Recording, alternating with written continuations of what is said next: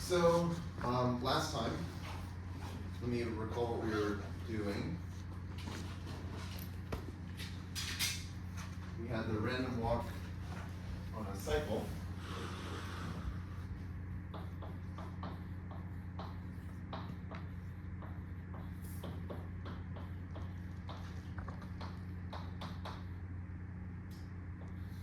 So the setup was we had some fixed probability p between 0 and 1, not including 0 or 1, and q was just 1 minus p.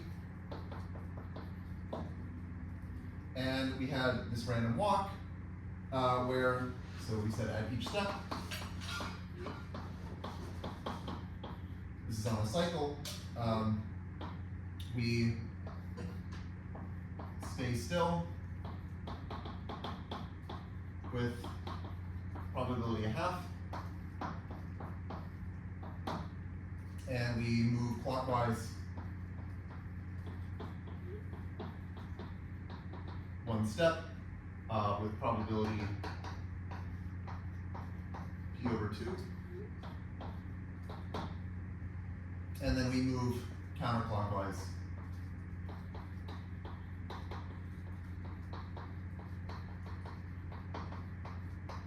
with probability q over 2.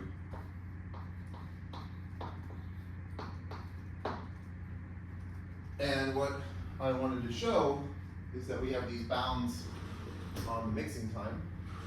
I'll put this here. So the claim is that 1 over 32 n squared is less than or equal to the mixing time, which is less than or equal to n squared. Okay, so first I'm going to do the upper bound, and for this I want to construct a coupling. So I mentioned how we're going to do this, but I'll recall what it is. So we construct a coupling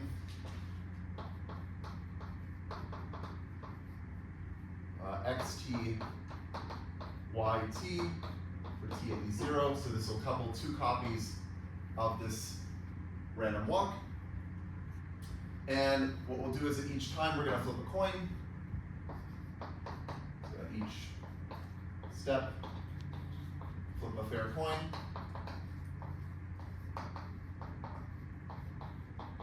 To decide which walker moves, and then the other one stays still. To decide who moves. And that walker is going to move clockwise with probability p.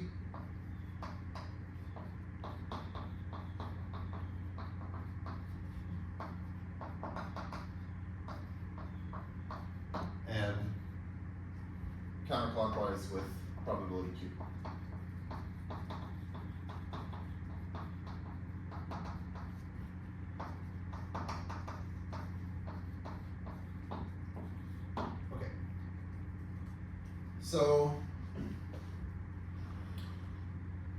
So this is how we're going to start. They start off separate, and they're going to start walking along according to this rule. But then we'll say, we want this to have that sticky property where once they coalesce, then they stay together. And so we'll just impose that rule. We'll just say, do this coupling until the point where they're at the same place, and then they just stay together after that, and they just walk according to the usual transitions of the Markov chain. So after they collide,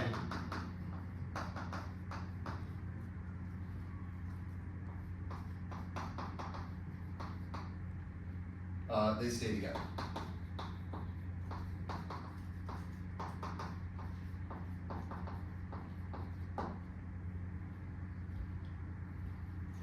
Okay. So we want to analyze this. So I'm going to let d sub t be the clockwise distance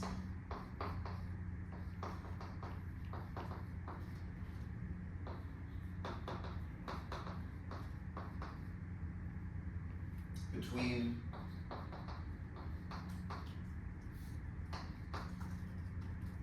the two walkers at time t.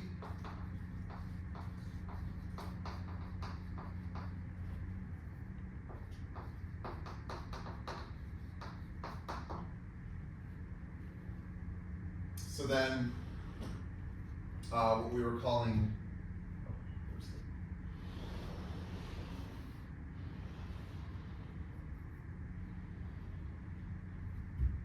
then this coalescence time, this tau couple, is it's just the minimum t, such that, well, I guess, okay, you can say like dt is 0, but maybe I'll write it as like dt is in 0, comma in. So the point is that you can sort of imagine that maybe you're measuring the clockwise distance like from one particle to the next, so they're on a cycle like this, and you're measuring maybe this distance. And as they evolve, maybe this is like getting bigger, or maybe it's getting smaller. So that's what I mean by the clockwise distance. And at some point it'll either hit 0 when they coalesce like that, or it could reach in if they coalesce in that way. And so that's why I'm writing it this way.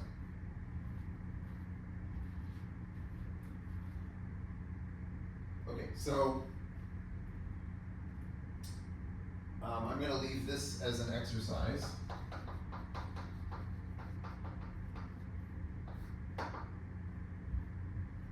So if k is the clockwise distance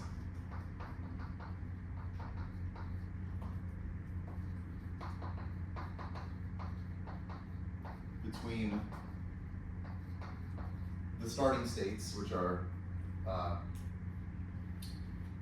let's say, x0, which I'll call x, and y0, which is on y. So in other words, I guess I'm just writing k is d0. Then the expected value of this tau couple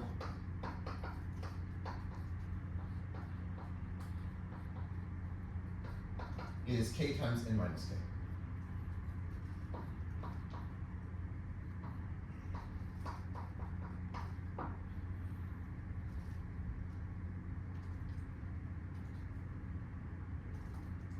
And I guess, okay, the symmetry here is why, like, it doesn't really matter if I measure the distance as like from this particle to this one, or from this one to this one. It's going to be, like, in terms of what I'm getting here, it's going to be invariant of switching k with n minus k. So then, okay, if you believe this, then let's see, we have this d of t is less than or equal to the max over all choices of x and y of the probability, and the notation here again is saying that it's the probability, given that we start at x and y, of this tau couple being greater than t. Okay, and then we said, well, this is less than or equal to the 1 over t, and then the max over x and y of the expected value. Right, this was Markov's inequality, expected value of tau couple.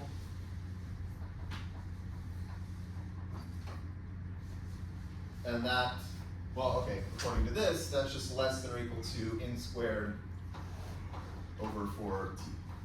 Because this is maximized if k is n over 2. So in that case, you get n over 2 times n over 2, which is n squared over 4. And then we have this 1 over 2. Okay, so therefore, so thus, the mixing time is, well, this is, again, by definition, it's the mixing time for epsilon as a fourth, and this is less than or equal to n squared. Because if t is bigger than n squared, then this is less than a fourth.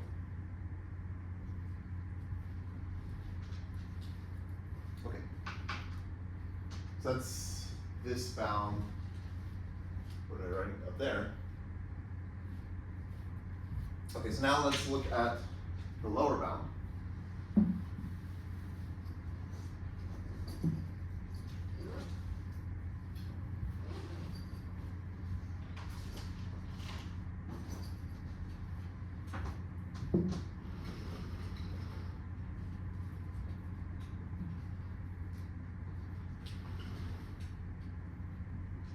Okay, so let's assume that x0 is 0 in z mod nz, and I'll think of z mod nz as the cycle, right? So I can think of just, the elements are numbered 1 through n minus 1, but if it's in z mod nz. Okay, so then I'm going to let s sub t, let me write it this way. So this is going to be a random walk on the integers. So st for t at least 0, let this be the, I'll call it the lazy p minus q biased random walk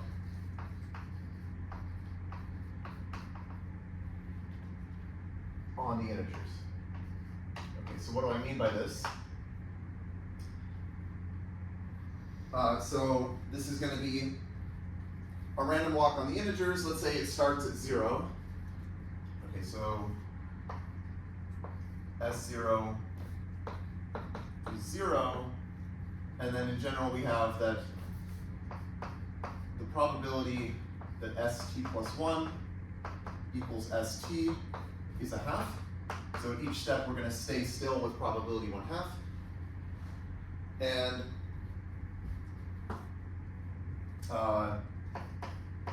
the probability that st plus 1 equals st plus 1, so it moves one space to the right, this has probability p over 2.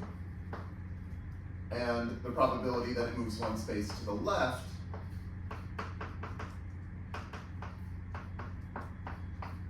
is q over 2. So really all I've done is I've taken this random walk on a cycle and I've lifted it to the integers. I've sort of unwrapped the cycle into the integers. You can sort of think of this like topologically as like the integers is sort of like a universal cover for the cycle, and so you're lifting something to a universal cover. So we have this random walk, and now I'm going to let, well, we can just let xt be st mod n. So this is really just, we're projecting this random walk to the cycle, and then this is going to evolve just like the random walk that we want over there. Okay, so xt is obtained by projecting from the integers to z mod nz.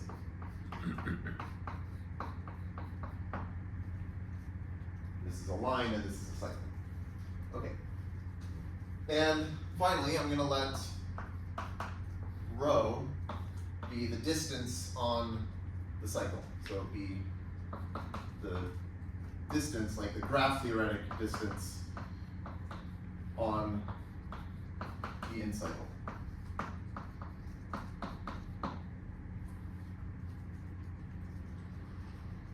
Oh, okay, I said finally, but actually I have to define more things. Okay, so now we're going to let mu sub t be just the expected value of our random walk on the integers. This expected value of S sub t, and that's easy to compute because, well, we're just adding up a bunch of independent random variables where each one has probability 1/2 of being 0, probability p over 2 of being 1, and probability q over 2 of being -1. And so if you use linearity of expectation, this is just t times p minus q over 2.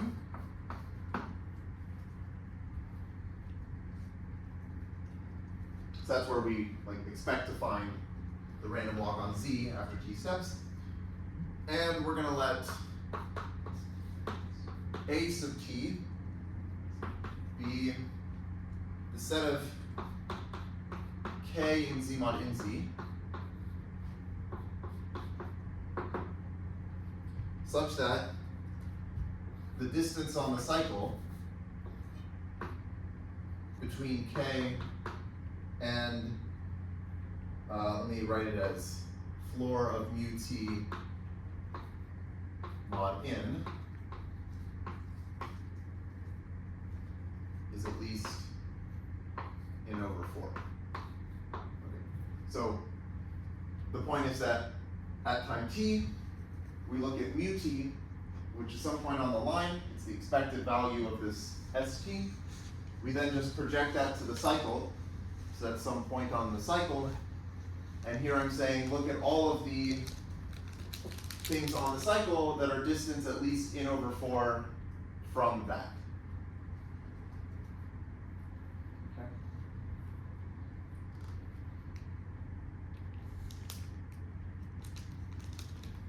And now, okay, one thing I want to note,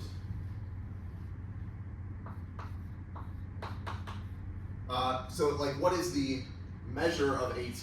How much of the cycle does it take up? Well, it's basically n over 2, right? Because this is you have your cycle, there's some point, there's n over 4 this way, n over 4 this way, and we're looking at this stuff out here. So it's basically n over 2. It might be a little more than n over 2 if n is not divisible by 4, or 2 or whatever. But the point is it's at least n over 2. So I'm going to say, note that pi, so pi is the stationary distribution of our random walk, and it's easy to see that this is the uniform distribution because there's nothing really special about any vertex of the cycle. They all behave the same with respect to this random walk.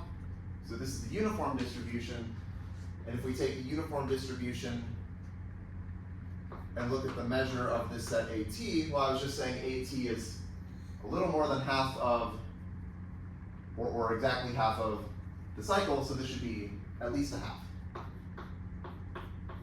Basically is a half, but maybe plus a little bit. Okay, so here, again, note that the stationary distribution pi is uniform on the cycle.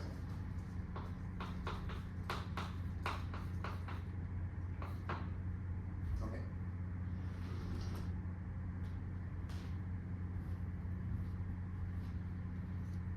So what I want to do, we have this nice formula for the expected value of this S of t, but I want to compute its variance.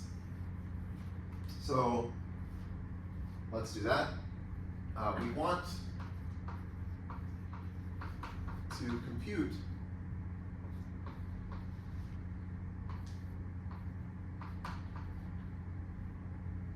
the variance of S of t. And again, S of t is really just a sum of t independent, identically distributed random variables. So I can write this as the variance of, let's say, psi, I have to draw psi 1 plus dot dot dot plus psi t. And okay, so these are independent, identically distributed random variables. So this variance is going to be t times the variance of one of them. psi1, okay, where psi1 through psi t are independent, identically distributed random variables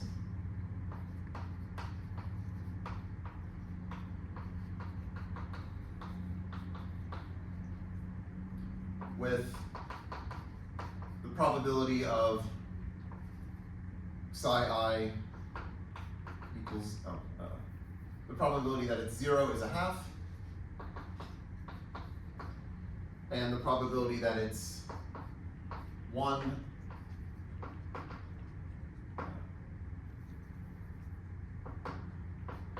is p over 2, and the probability that it's -1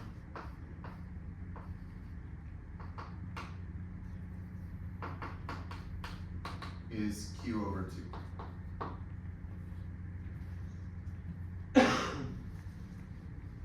Okay, this is a pretty simple random variable, and you can compute the variance pretty easily. So, the variance is like the expected value of psi I squared minus the expected value of psi I squared. Maybe I won't go through the computation because it's not hard, but the point is, okay, you can show that computation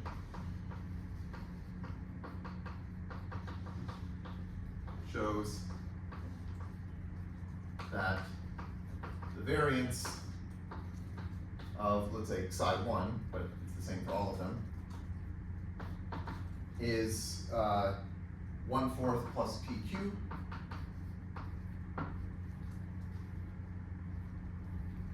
So then if I look at the variance of st, which I'll call sigma squared, okay, so sigma squared, which is the variance of st, is just t times this.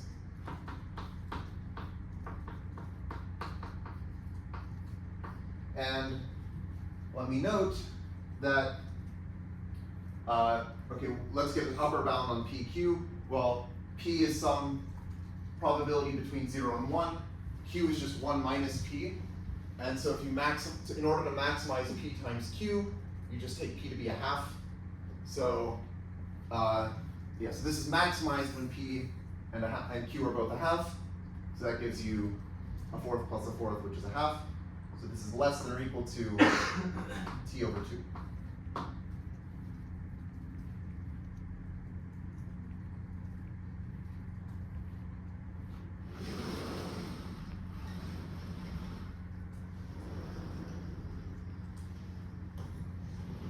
Okay, so we're going to use Chebyshev's inequality, which says the following. Okay, so Chebyshev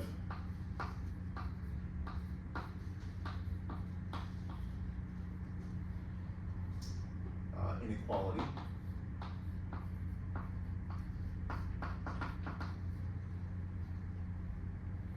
states that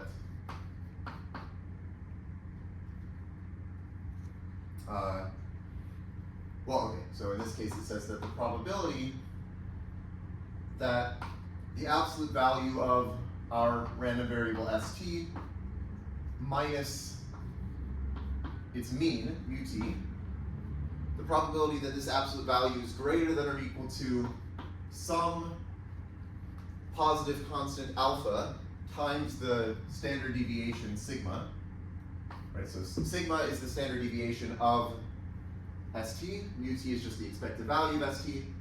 So we're saying what's the probability that the difference between st and its expected value is at least some alpha times its standard deviation. So Chebyshev's inequality says this is less than or equal to 1 over alpha squared for any alpha. So what we're going to do is set alpha to be in over the square root of 8t. Okay, so set alpha to be in divided by the square root of 8t, which is what we end up needing to use. Okay, so then, okay, maybe I'll go to another board.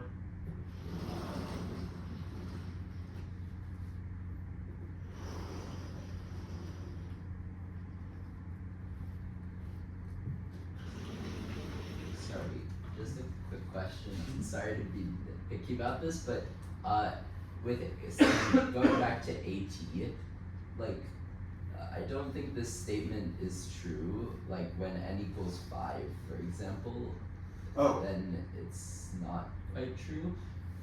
Does the constant 1/2 matter? So if n is 5, okay, I didn't actually check this, so maybe you're right. Oh, I see. Maybe it's, yeah, maybe it actually is the wrong way. Like maybe this is fine if it's like, I don't know, n over 4 minus 1 or something. Yeah, certainly this is like, there's some, okay, maybe it's like off by 1 somewhere. You could maybe fix this by, okay, probably it's true if you say this is like 1/2, maybe like minus, I don't know, 4 over n. Maybe that'll work. That should be true.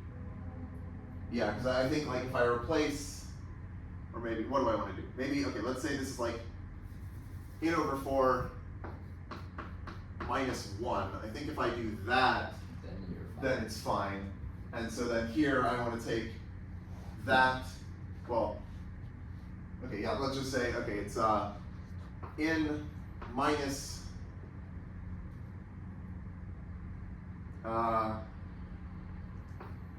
2 times n over 4 minus 1 plus 1. I think that's fine.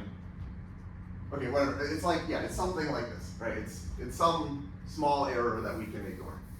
But yeah, you're right. I didn't check this when I wrote this, and it is wrong, I guess, for that. Okay.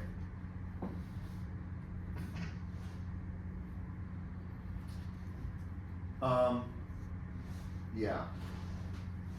Okay, so anyway. Okay, so then the probability that xt is in AT is less than or equal to, okay, so what does it mean for xt to be in AT? Oh wait, yeah, it means that if you lift it up to st, like basically, if you lift AT up to the integers, then you're looking at all of the things whose residue class mod n belongs to this AT. That's going to be some collection of integers, and it's going to include just like the set that you get by, well, this set. So the probability, let me write it this way, probability that st minus ut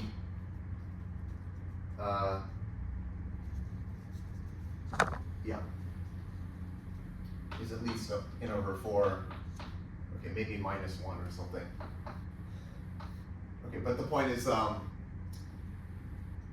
like I've lifted this set AT up to the integers, and I get like a bunch of intervals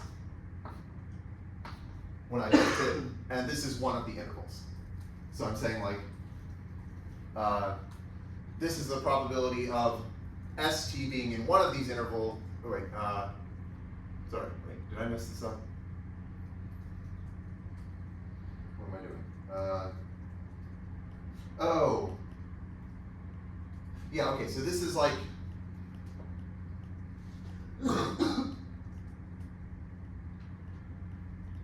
yeah, it's sort of like you have these intervals, and I think this set is like something like this, or maybe here's, yeah, okay, anyway, this event is contained in that event. I think you can check.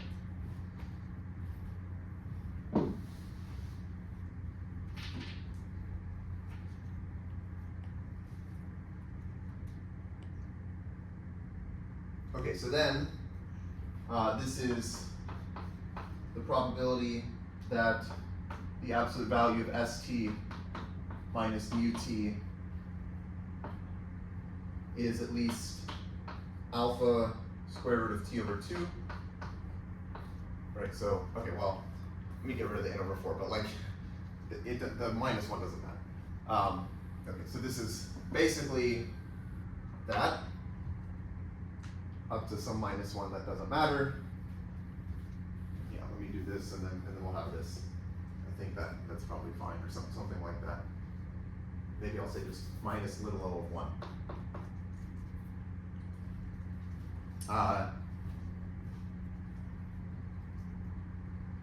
And then, okay, if we use the Chebyshev's inequality, this is less than or equal to, okay, square root of t over 2 is the standard deviation. So then this is less than or equal to 1 over alpha squared. And that is 8t over n squared. And so the point is, if t is less than 1 over 32 n squared, which is, so this is what we want the lower bound on the mixing time to be. So we want to say that if t is less than this, then this d of t should not be less than a fourth. So if t is less than 1 over 32 n squared, then the probability that xt is in at is less than a fourth, right? Because t, it's less than 1 over 32 n squared. Okay, so then this is less than a fourth.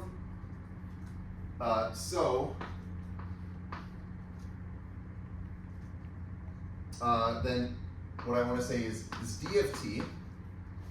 Okay, so d of t, if you use the definition, you can find that this is at least the probability in the stationary distribution of the set AT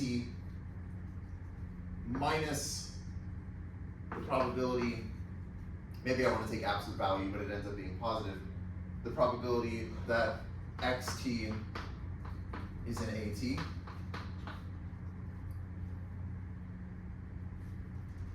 And then this, okay, we have these bounds, so this is at least 1/2. Okay, except maybe, whatever. Basically a half minus a fourth, and that's a fourth. So the point is that if t is too small, if t is less than 1 over 32 n squared, then d of t is greater than or equal to a fourth. So we haven't gotten to the mixing time yet, so the mixing time must be greater than or equal to this.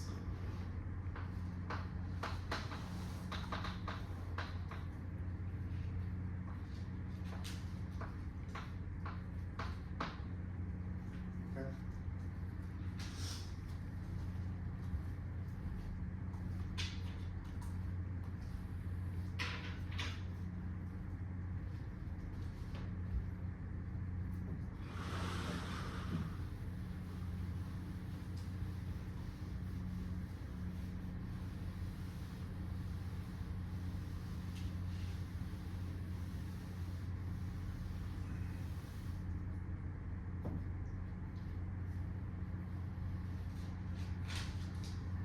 Okay, so the next thing I want to talk about is random walks on rooted trees.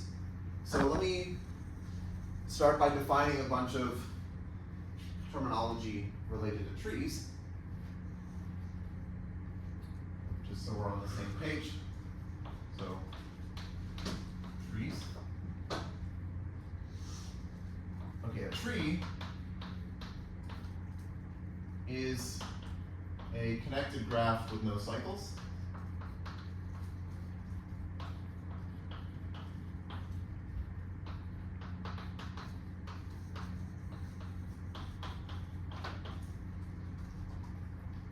And a rooted tree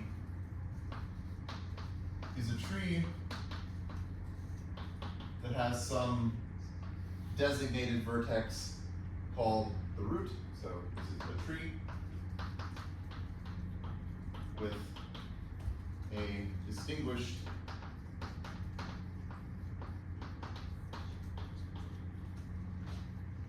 vertex called the root.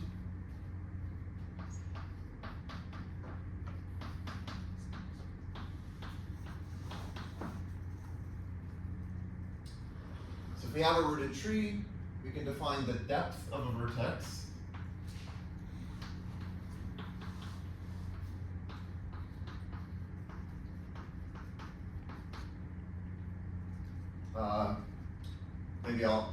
let's say we have a vertex V, and I'll denote the depth by depth of V is its distance from the root.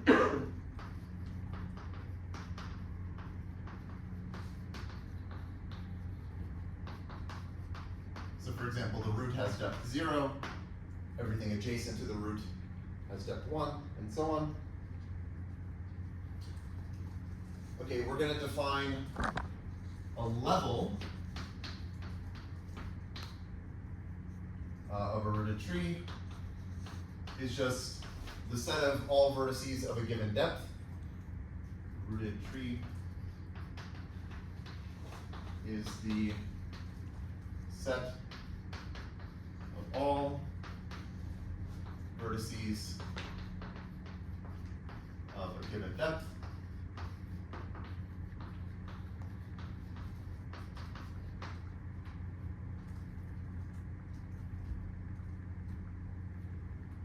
Okay, then also a child of a vertex V is a neighbor of V whose depth is one more than the depth of V. So it's a neighbor U of V such that the depth of U is the depth of V plus 1.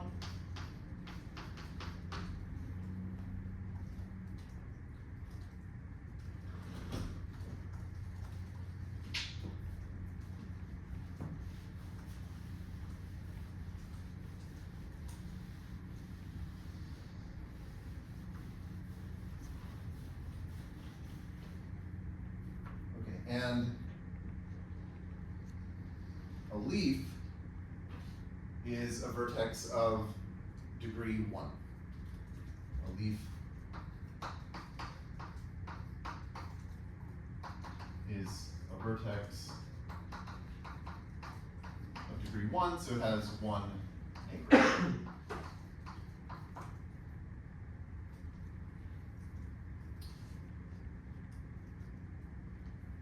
Okay.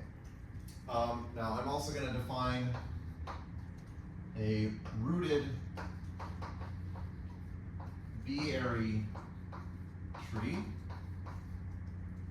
of depth K.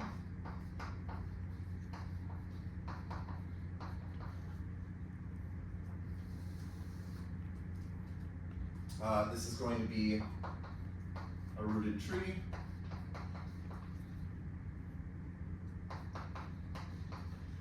with root. So it has some root vertex that I'll call rho, such that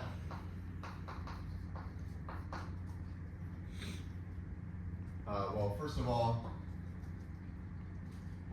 rho has degree B. Then all of the vertices, so all vertices of depths 1 through K minus 1 have degree B plus 1. I'll draw a picture of this in a second for B equals 2. And finally, all vertices of depth K are leaves.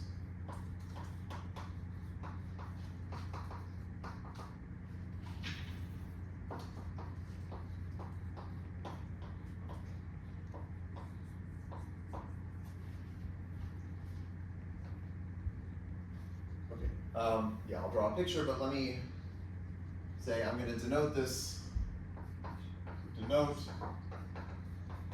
this tree by T sub B comma K.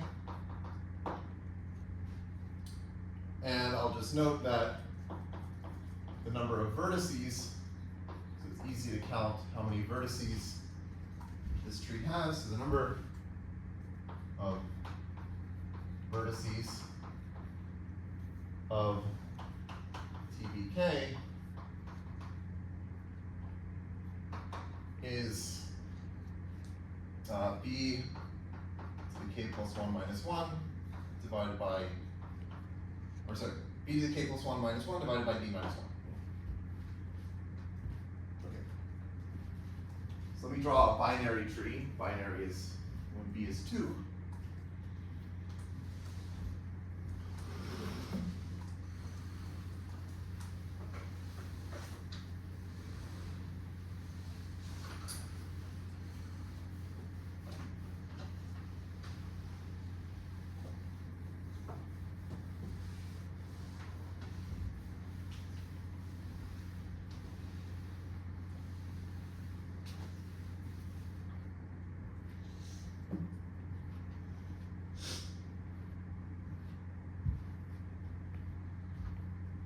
Okay, so as an example,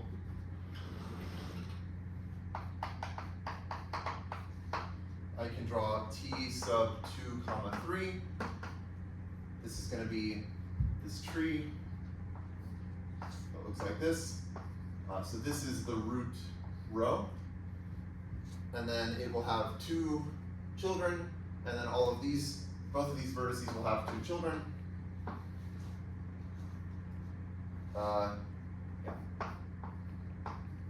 So this is depth 0, depth 1, depth 2, and then we want depth 3. So each of these has 2 children. And then those are leaves. Okay.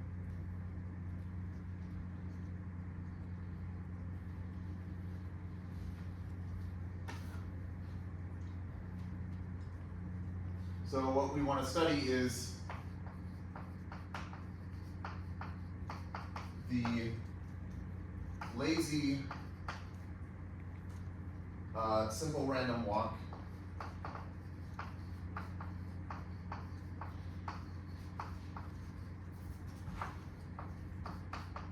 on T sub 2 comma K, which is the binary tree of depth K. And okay, by lazy simple random walk, what I mean is, so at each step, it stays still with probability 1/2.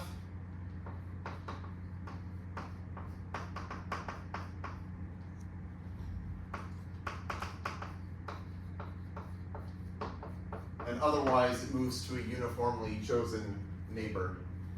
So if it's at one of the leaves, then with probability 1/2 it stays still, and with probability 1/2 it moves to the unique neighbor. If it's at the root, then with probability 1/2 it stays still, and with probability 1/4 it moves here, and with probability 1/4 it moves here. And then if it's at one of the other vertices, then with probability 1/2 it stays still, but then with probability 1/6 it moves to one neighbor, with probability 6 it moves to another, and with probability 6 it moves to the other. Okay. So let's define a coupling for this, because we're going to try to bound the mixing time. So we'll define a coupling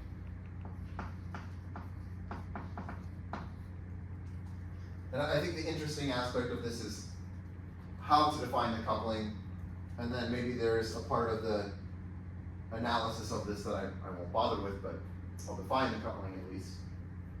Okay, so define a coupling xt, yt of 2 copies of this random walk as follows. So we'll assume, okay, so let's let the starting point x0 be x, and y0 will be y. And we'll assume without loss of generality, that the depth of x is less than or equal to the depth of y. Otherwise, you just swap the roles of x and y. So at each step, so I'm going to do something similar to what we did for the cycle, where I say at each step I'm going to toss a fair coin to decide which one of these is going to move. Okay, so at each step, toss a fair coin to decide which walker moves.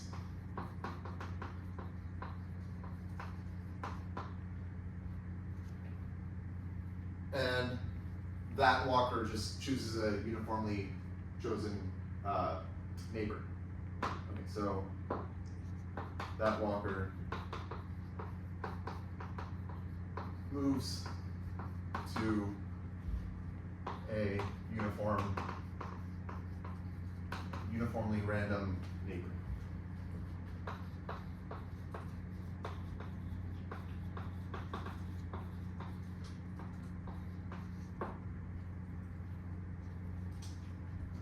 Okay, we're going to do this until the time when the walkers are both in the same level. So they might start off, I'm assuming that the depth of x is less than or equal to the depth of y at the start, but we do this until their depths are the same. So, okay, do this until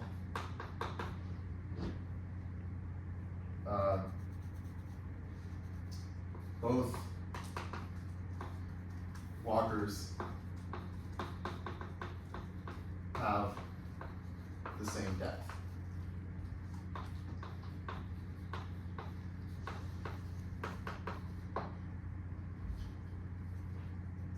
Okay, once they have the same depth, we're going to switch the rule of the coupling, and we're going to basically just, we want to evolve them.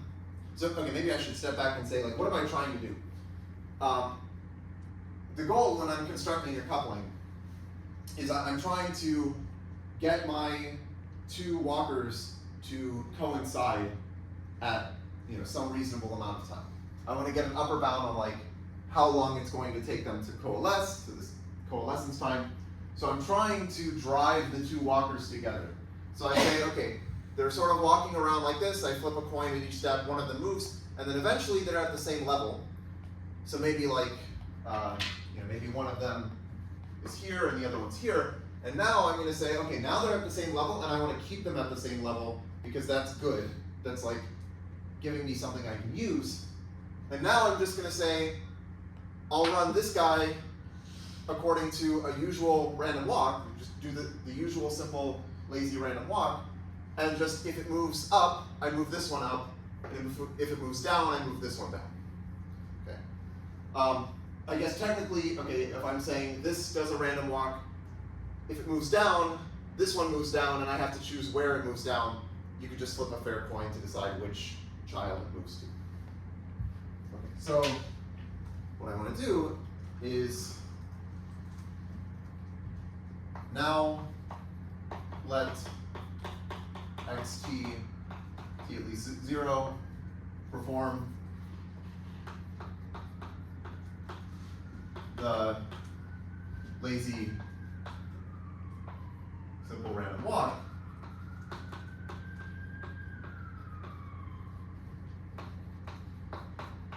And if xt, if this walker moves up, respectively down, then we're going to move the other walker up, respectively down.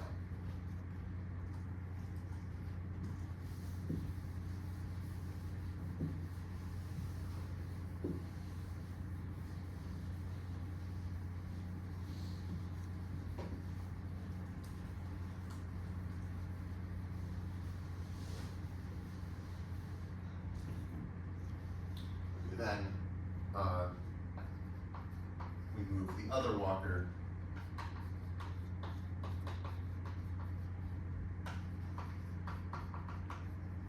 up, respectively down.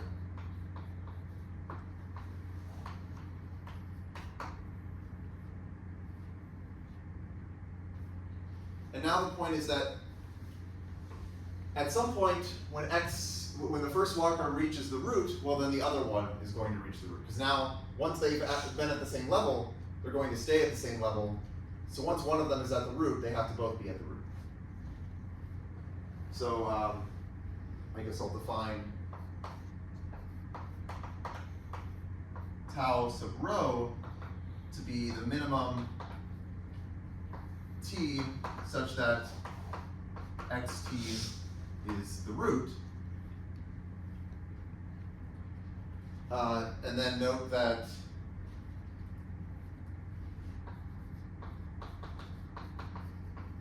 my tau sub couple, the coalescence time, is less than or equal to tau rho. Okay, so then, of course, the expected value of tau couple, and this is what I care about to get an upper bound on the mixing time, this is going to be less than or equal to the expected value of tau rho. So now I just need to get an upper bound on that. And okay, the point is that now you can ignore yt and just say, well, xt is doing some random walk on this tree, and I can just say, well, let's forget about where it is in the tree. I just care about what level it's in. So, oh wait, maybe I don't want to. Oh, sorry. I think I wanted this to be y. Oh yeah, okay. I want it to be y because I made the assumption that y starts further down than x. So this is forcing, like once yt gets to the root, that forces xt to also be in the root. Just because it could have been that like this never happened, that they coalesced, until like maybe xt was sitting here and yt was here, and then yt moves up and now they coalesce at that time. Anyway, okay, maybe it doesn't matter. Yeah, it doesn't matter because okay, it's the same thing, but I want to focus on yt. So what I'm going to say is that if I just keep track of the distance,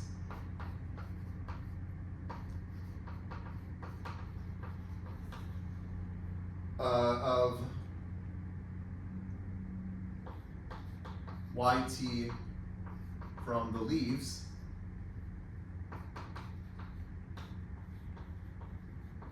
okay, so this is just like k minus the depth, you know. So okay, I can also just do this with the depth. But okay, so the distance is a birth and death chain. So we mentioned birth and death chains a while ago.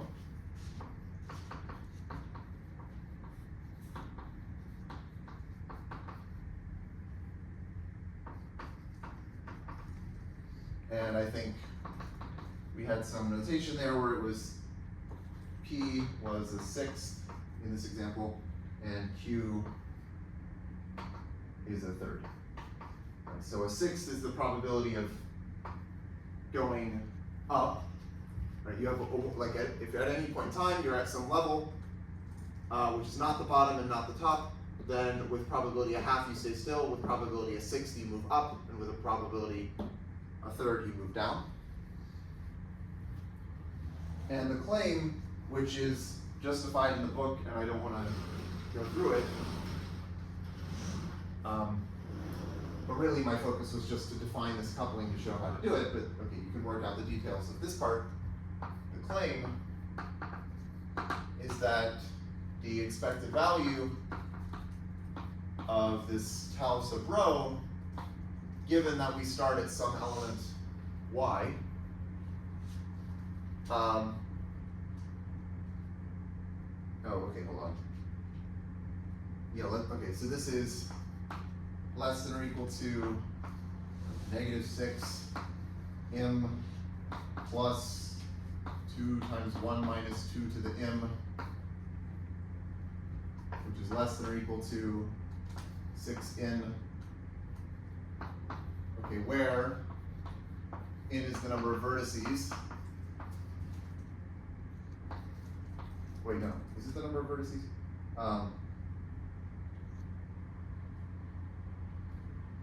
Yeah, maybe, okay.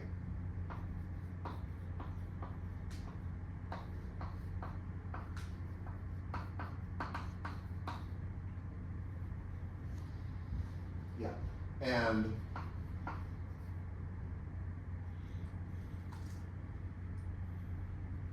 oh wait, maybe I got this wrong. Hold on. Let me pull up the book because I might have miscopied this.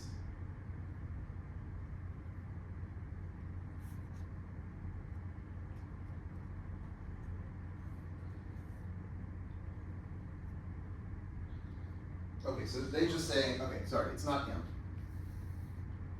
It's k, where k is the k from before, right? We have the depth of the tree. Okay, this is less than or equal to 6n, where, yeah, I think n is the number of vertices of the tree.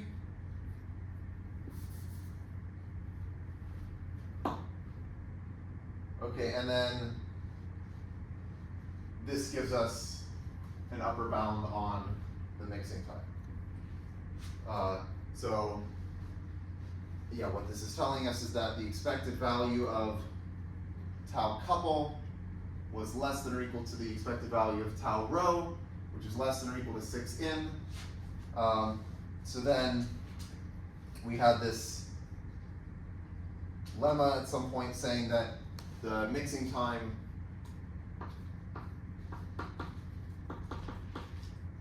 is less than or equal to 4 times that. So we get 24.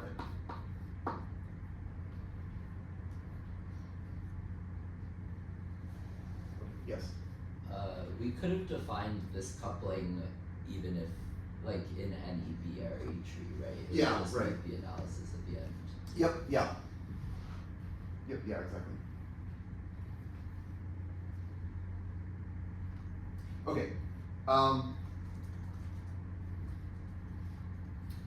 So the book has this section on grand couplings, and then it goes through a couple examples of grand couplings, and they were kind of long, and I was like, I don't really know if I want to do this, especially because we have like 15 minutes left, and it was like lots of paragraphs. So instead, I'm going to define a grand coupling just so we have the definition, but then I'm going to talk about, or I'll start defining strong stationary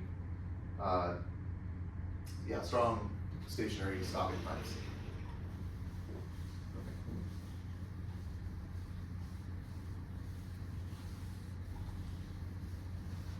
And I'll talk about a certain shuffle.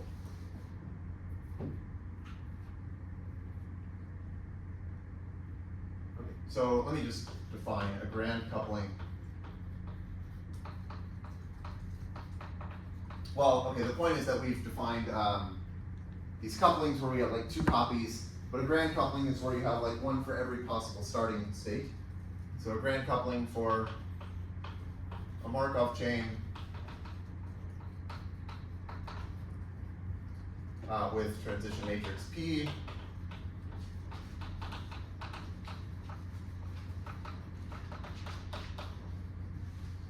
is a collection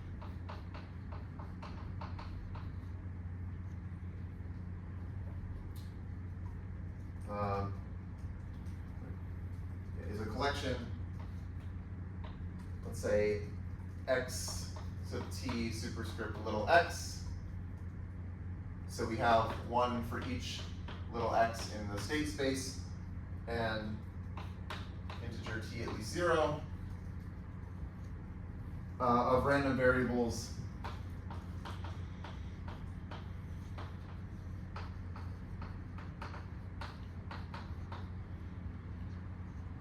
such that each sequence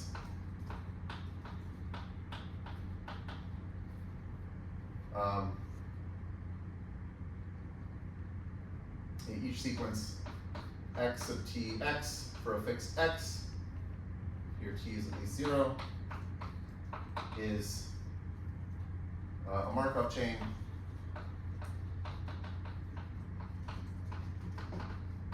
with transition matrix P.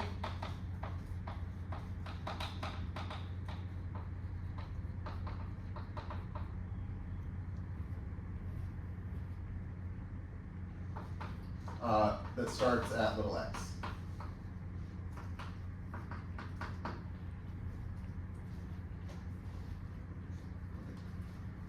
And yeah, so they give an example of doing a grand coupling for the metropolis chain for random proper Q coloring. So you have some graph, and this is where you look at a proper Q coloring is like you have Q colors and you color the vertices so that no two adjacent vertices have the same color.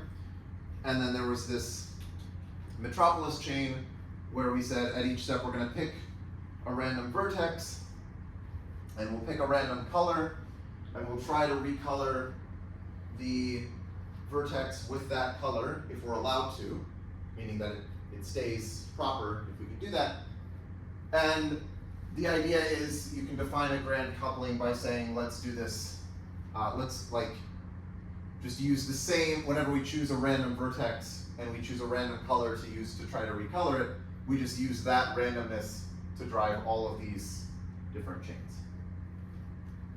Okay, but I don't really want to go into that. So instead, I'm going to talk about strong stationary times and the top to random shuffle.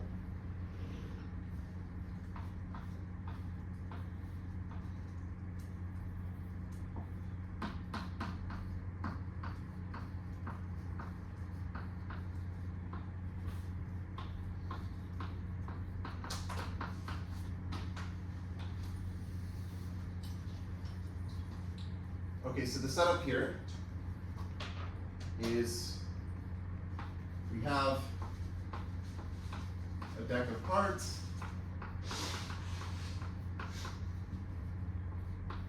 We take in cards. And at each time,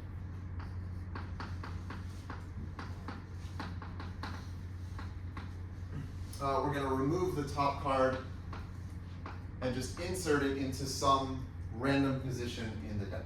So at each time remove the top card and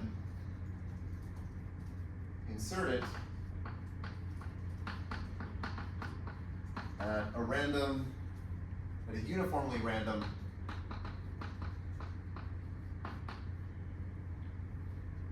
position. And that position could be the top again. You could just remove it from the top and then put it back on the top, or it could be any other position. And what I want to define is, so I'm going to let tau sub top be, well, okay, yeah, okay, so it's going to be the time one move after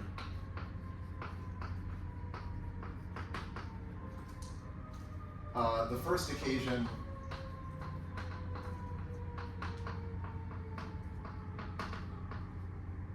when the original bottom card reaches the top.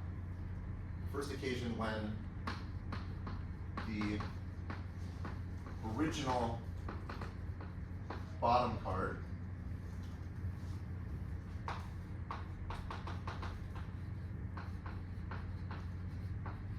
reaches the top.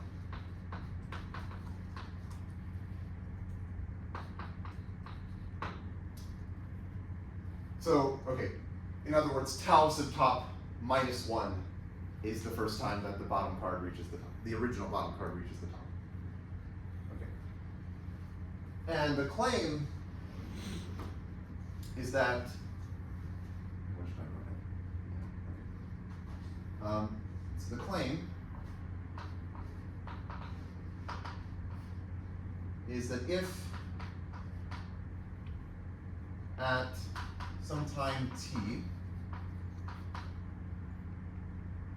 there are k cards below the original bottom card,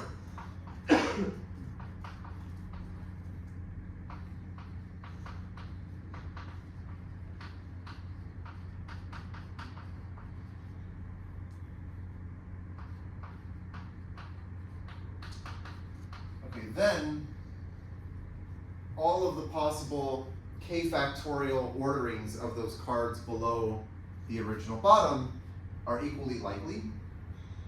So then all k factorial orderings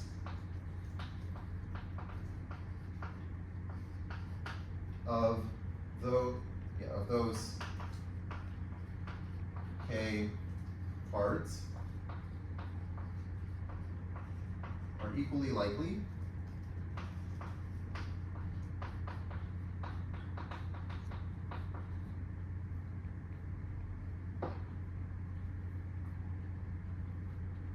Okay, so therefore, in particular, well, okay, maybe I'll say also,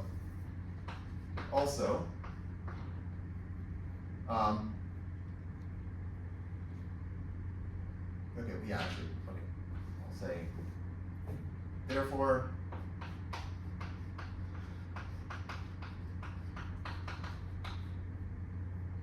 the distribution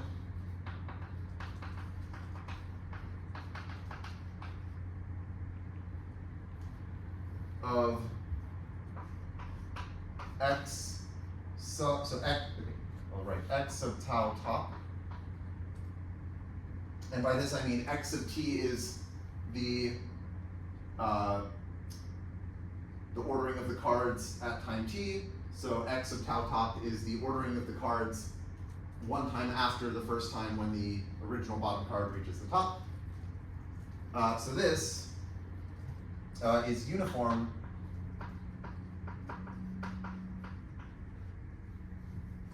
over Sn.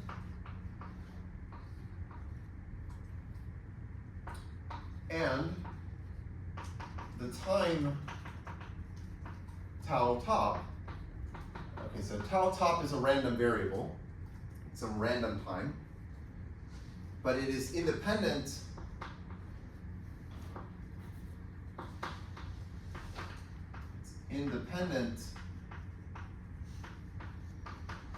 of x sub tau top.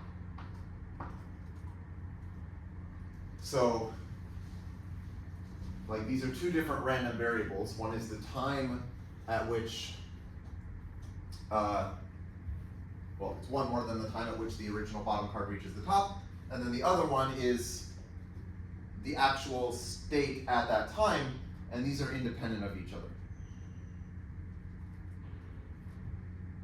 Okay, so the reason for this, I guess, I think like maybe the independence is sort of the thing that you have to wrap your head around, but I'll try to write something.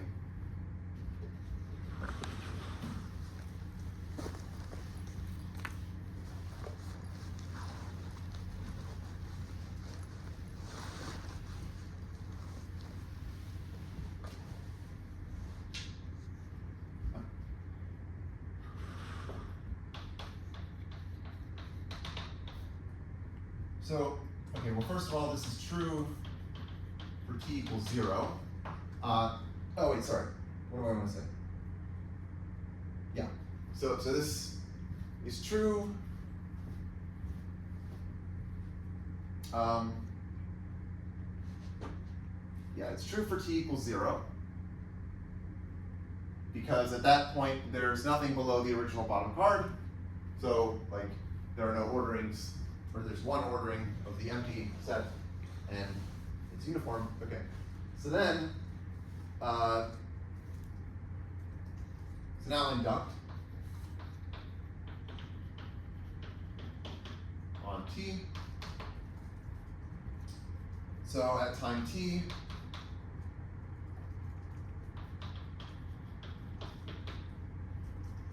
we either insert the top card below the original bottom card,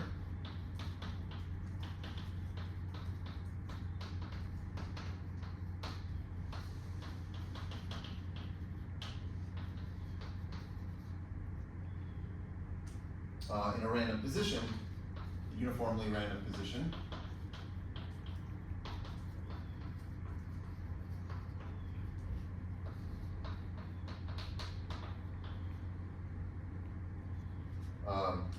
So the orderings of those cards are still equally likely.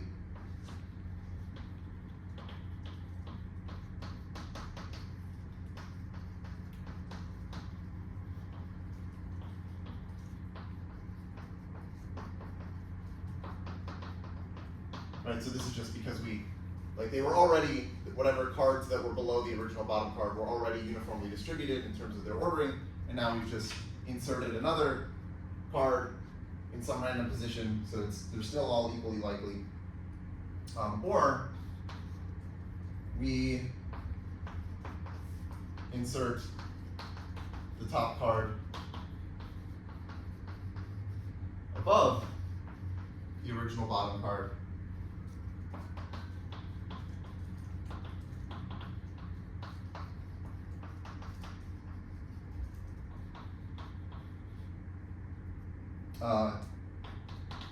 in which case the ordering of the cards below, it's a lot of words, but the ordering of the cards below the original bottom card doesn't change.